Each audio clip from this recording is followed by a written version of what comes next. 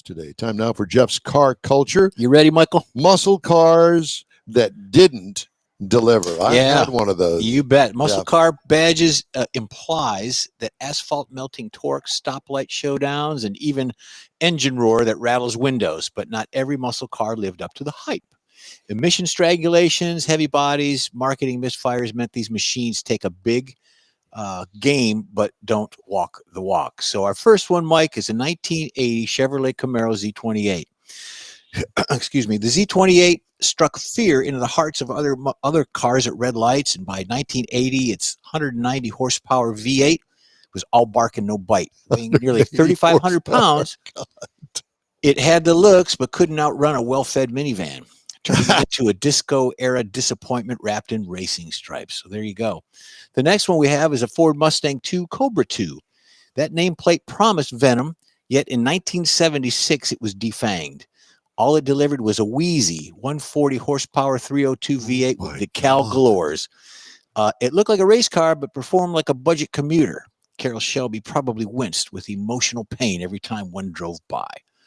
The next one, Mike, is a Dodge Charger Daytona. Borrowing the iconic Daytona name, could have come with horsepower. Instead, this bloated B-body weighed down its optional 400 cubic V8 engine. It handled like a yacht in a parking garage. It looks like a Chrysler Cordoba with rich Corinthian leather in it. It was more of a showboat than a muscle car. Yeah. The next one, Mike, is a Plymouth Volare Roadrunner.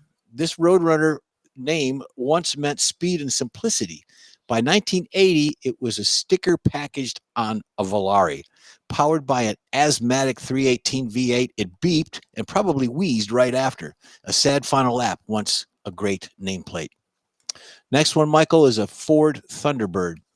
1980, the Thunderbird had evolved into a personal luxury coupe rather than a performance machine. The base 255 cubic inch V8 struggled to produce 115 horsepower. There's your answer. God. Leaving this heavy cruiser with all the thunder of a polite cough. Despite its name, it wasn't flying past anything. Buick Century, Free Spirit. This bicentennial edition looked the part with its red, white, and blue paint and gold graphics. Yet the 455 V8 couldn't overcome its age, the emissions, the constraints of that, and the extra weight. It was a patriotic parade float with a drag strip demon. Nasty. The next one's an El Camino SS. Had a sporty aesthetics, stripes, and badging. Unfortunately, the performance it gave was lukewarm. Even with an optional V8, it drove more like a parts hauler than a powerhouse. Sure, it was cool and it had street cred. It wasn't really quick enough to justify the muscle car name. That's sad. One more here is the Javelin AMX, 1974. Once battled on equal ground with the big three, Ford, GM, and Chrysler. But in its final year, its performance was stifled by emission rules and weight gain. The styling was aggressive, but it was like a washed-up bodybuilder with muscles fading Don fast. Armstrong, rebadged. And the last one, my favorite, is the Ford LTD 2 Sport.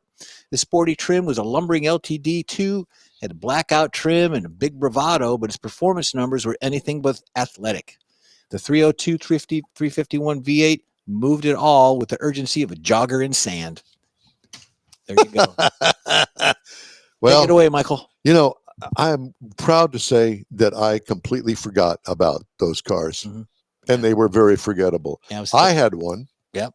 It was the Chevy Monza. Do you remember that? Yeah, I had a Monza. From 1975. I traded in my 74 Vega GT. I had a 77 V8. I had a V6 77 Chevy Monza Spider, and I told him if it came with any Spider stuff on it, I wasn't buying it. Mine had a V8 in it. I had the V6.